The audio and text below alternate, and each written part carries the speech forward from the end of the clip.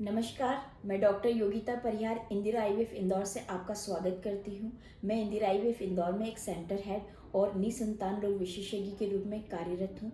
आज हम बात करेंगे इनफर्टिलिटी मतलब निसंतानता में लेप्रोस्कोपी, हिस्ट्रोस्कोपी का क्या रोल होता है। कई बार आपको डॉक्टर के द्वारा दूरबीन की जांच, हिस्ट्रोस्कोपी, लेप्रोस्कोपी की एडवाइस की जाती है कि यह आप करा लेते हैं तो इससे आपको प्रेगनेंसी हो जाएगी। तो ये क्या चीज़ होती है, क्यों ज़रूरी होती है और किन महिलाओं को ये दूरबीन की जांच करानी चाहिए, इस बारे में हम बात करेंगे। सबसे पहले आपके लिए जानना जरूरी है कि बच्चेदानी से अंदर की किसी भी चीज़ को देखने और पता करने के लिए हम हिस्ट्रोस्कोपी की जांच करते हैं, और बच्चेदानी के अंदर होने वाली गठाने, ट्यूब की या अंडाशय की किसी भी चीज़ को देखने के लिए और उसे अच्छा करने के लिए हम लेप्रोस्कोपी करते हैं। तो हिस्ट्रोस्कोपी या लेप्रोस्कोपी करानी चाहिए, दोनों कराएं या दोनों में से कोई एक कराएं, किस तरीके से ये हम जान सकते हैं, पहले इस बारे में बात करते हैं। आप किसी भी दूरबीन की जांच के पहले बहुत ज़रूरी है कि किसी आप अच्छे इनफर्टिलिटी स्पेशलिस्ट के द्वारा 3D 4D सोनोग्राफी कराएं, क्योंकि 3D 4D सोनोग्राफी के द्वारा आपको दूरबीन के बराबर जानकारी देखने को मिलती है। तो अगर आपकी बच्चेदानी के अंदर की खराबी है तो उसके लिए सिर्फ आपको हिस्ट्रोस्कोपी की ज़रूरत है। बट अगर आपको पता चलता है कि आपकी सोनोग्राफी में बच्चेदानी के अंदर कुछ गठान भी है और ट्यूब में या ओवरी में खराबी है, तो हिस्ट्रोस्कोपी के साथ में आपको लेप्रोस्कोपी भी करा लेनी चाहिए। और अगर आपकी 3D 4D सोनोग्राफी बिल्कुल नॉर्मल है तो ट्यूब खुली है या बंद है, इसका पता करने के लिए सिर्फ आप HSG, हिस्ट्रोसल्फिंगोग्राफी, जिसे एक्सरे कहते हैं, वो आप करा सकते हैं। बट अगर आपको पता चलता है कि बच्चेदानी के अंदर कुछ खराबी है, तो हम वो कौन कौन सी खराबियां होती हैं, पहले हम उस बारे में बात करते हैं। सबसे पहले बच्चेदानी के अंदर अगर किसी भी तरीके का सब म्यूकस फाइब्रोइड है, मतलब गठान है, या बच्चेदानी के अंदर कोई छोटा मोटा मस्सा या पॉलिप है, या कई बार आप देखते हैं कि बच्चेदानी के अंदर DNC करने के बाद में बच्चेदानी के अंदर की जो बेसल लेयर होती है, नेचुरल परत होती है, वो कई बार नष्ट हो जाती है। तो हिस्ट्रोस्कोपी के द्वारा वो परत आपकी ठीक की जाती है। बच्चेदानी के अंदर होने वाले पर्दों को भी हम हिस्ट्रोस्कोपी के द्वारा ठीक करते हैं, और कई बार इन्फेक्शन होने पर भी बच्चेदानी के अंदर की परत को अच्छा किया जाता है।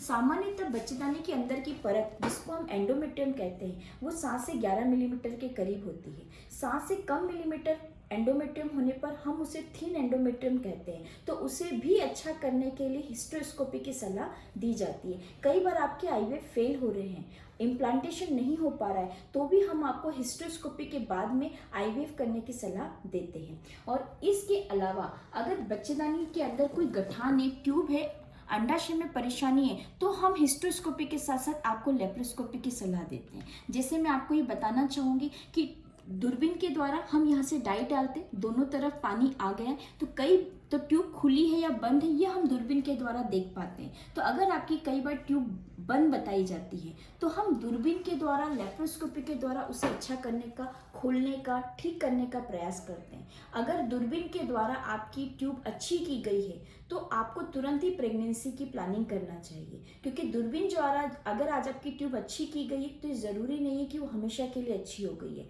तो लेप्रोस्कोपी द्वारा ट्यूब अच्छी होने पर 6 to 8 मंथ तक प्रेगनेंसी के लिए प्लानिंग करना चाहिए। अगर आपको प्रेगनेंसी नहीं हो पाती है तो फिर आपको direct IVF, in vitro fertilisation की तरफ रुख करना चाहिए, ये मानते हुए कि हमारी ट्यूब फिर से बंद हो गई होगी या खराब हो गई होगी। कई बार इस ट्यूब के अंदर इन्फेक्शन भी होता है, जिसे हम हाइड्रोसाल्फिंग्स कहते हैं, तो उनको क्लिप करने के लिए भी हम आपको लेप्रोस्कोपी की सलाह देते हैं।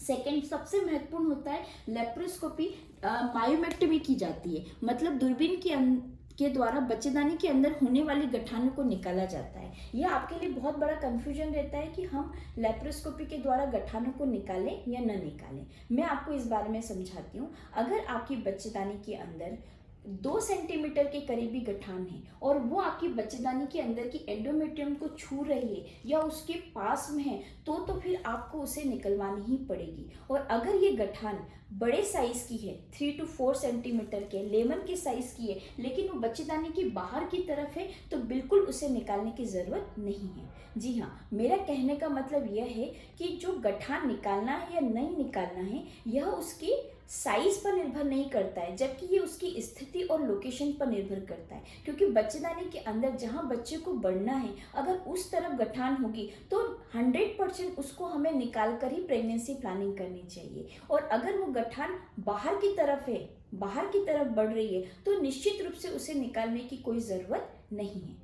तीसरा, इसके अलावा कुछ अंडाशय में भी कुछ चीज़ें होती हैं जिसके अंदर चीज़ें ठीक करने के लिए दूरबीन की जांच की जाती है। जैसे ओवरी के अंदर होने वाली एंडोमेट्रियोसिस, जिसे हम चॉकलेट सिस्ट कहते हैं, डर्मोइड सिस्ट, कई बार ओवरी का टॉर्जन देखा जाता है, या फिर बहुत ज़्यादा सीवियर पीसीओडी होता है तो लेप्रोस्कोपी द्वारा इन ओवरी की ड्रिलिंग की जाती है। मतलब बनने वाले अंडों को थोड़ा सा नष्ट कर दिया जाता है, जिससे कि लेप्रोस्कोपी के पश्चात उनका ओव्यूलेशन अच्छे से हो सके। तो ये इस तरीके से कुछ कारण होने पर हम आपको हिस्टेरोस्कोपी और लेप्रोस्कोपी की सलाह देते हैं। मैं आपसे उम्मीद करती हूँ कि आपको हमारे द्वारा दी गई जानकारी समझ में आ रही होगी। इसके अलावा भी अगर आपके अंदर कुछ सवाल आते हैं तो आप हमारे नीचे दिए गए कमेंट बॉक्स में सवाल कर सकते हैं। हम आपके नंबर भी शेयर कर रहे हैं, उस नंबर पे आप अपने रिपोर्ट्स भेजकर आप हमसे ऑनलाइन कंसल्टेशन भी ले सकते हैं। Thank you.